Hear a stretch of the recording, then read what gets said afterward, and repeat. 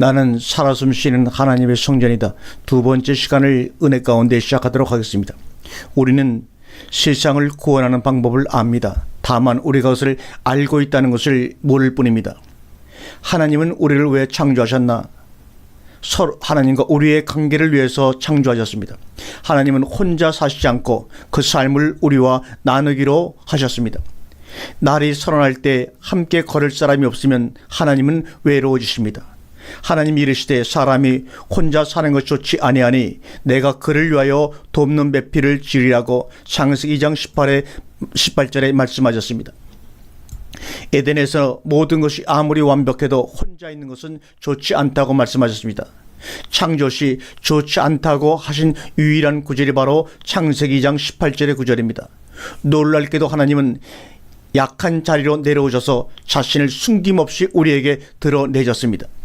하나님은 사귐을 위하여 우리를 지으셨습니다. 궁극적인 진리는 오직 관계 속에서만이 경험을 할 수가 있습니다.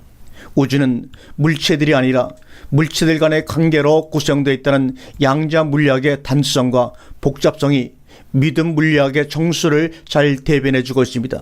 본질은 사물들 자체에 있지 않고 그것들 간의 관계에 있습니다. 신앙이란 하나님과 사람, 사람과 사람, 그리고 피조세계와의 관계로 이루어지는 것입니다. 온기는 물과 흙으로 빚어지고 바람으로 말리고 불로 굳습니다. 녹이고 비비고 채워서 성령으로 우리들을 새롭게 하소서.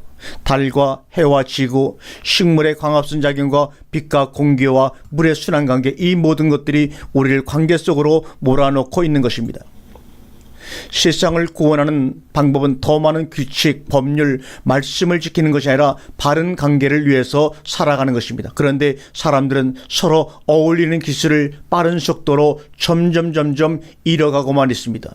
그러니 세상의 근본 문제가 사람들의 단절된 삶임은 당연한 것입니다. 그들은 하나님과 타인들과 피조 세계로부터 소외되어 있습니다.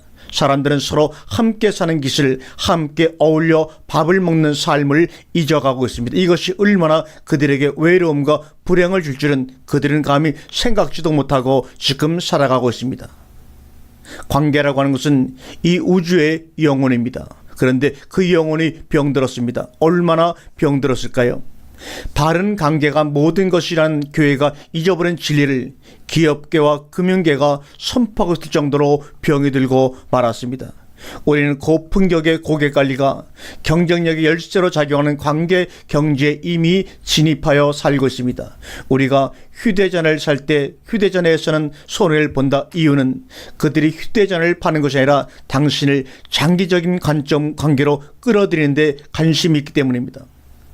아이폰으로 시작한 스마트폰 경쟁이 심화되고 있는데 그것을 최초로 개발한 애플의 CEO 스티븐 잡슨이 아이폰 발표에서 어떻게 그것을 개발하게 되었냐는 기자의 질문에 관계와 기술력의 결합으로 탄생되었다고 그는 고백을 했습니다. 사랑하는 여러분, 우리가 살아가는 성전의 삶은 신비의 삶입니다. 왜요? 무한대신 하나님이 질그릇 같은 유한대인 우리 속에 들어와 계시다는 것 자체가 신비 중에 신비가 아니고 무엇입니까? 우리는 하나님의 그래서 성전이라고 말하고 있습니다. 갈라디아서 2장 15절에 십자가에 못 박혀 죽었나니 이제는 내가 산 것이 아니요 말씀이 육신이 되어 우리 가운데 오사 이제는 영으로 우리 신비 가운데 기록하셨습니다. 그것을 새 언약이라고 말씀하고 있습니다. 믿는 죄인이 그리스도와 연합되어 살아가는 신비로운 삶이 바로 여러분과 저의 삶인 것을 여러분은 아멘하실 수가 있습니까?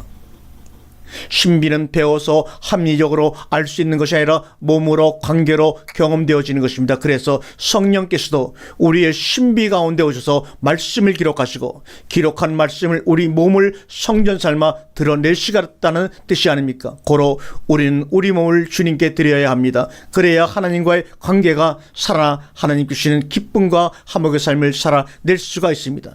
하나님이 세상을 이처럼 사랑하사 독생자를 주셨으니 세상을 향한 하나님의 사랑을 표현하는 하나님의 손에 잡힌 연필이 되고 싶습니다. 찻잔이 되고 싶습니다. 수건이 되고 싶습니다. 서로의 발을 닦아주는 말입니다. 그러기 위해서는 우리는 믿음이 필요한데 믿음이 무엇이냐? 관계의 확신 속에서 살아내는 것입니다. 전도자들은 아직도 믿음을 전하고 목사들은 삶의 문제로 고민하는 성도들에게 계속해서 믿음을 가지라고 권합니다. 그러나 사실은 우리는 일상생활 속에서 우리는 믿음의 눈을 잊어버리고 말았습니다. 더 정확히 말해 믿음에 대한 이론과 가르침은 너무나 난무하지만 실천이 없는 것입니다. 성경이 일괄되게 정의하는 믿음은 기본적으로 하나님과 이웃, 세상과 그리고 자연과 맺는 일련의 신뢰 관계를 말씀하고 있는 것입니다. 믿음이란 교리나 말씀의 옷을 입고 있는 것이 아니라 관계로 확인하는 것입니다. 이것을 놓치면 교리적으로는 옳을지 모르나 영적인 시체가 되고 말 것입니다. 관계보다 규칙을 앞세운 잘못된 충절과 믿음은 우리 각자가 추구하는 믿음 생활도 피폐하게 만들어버리고 말 것입니다.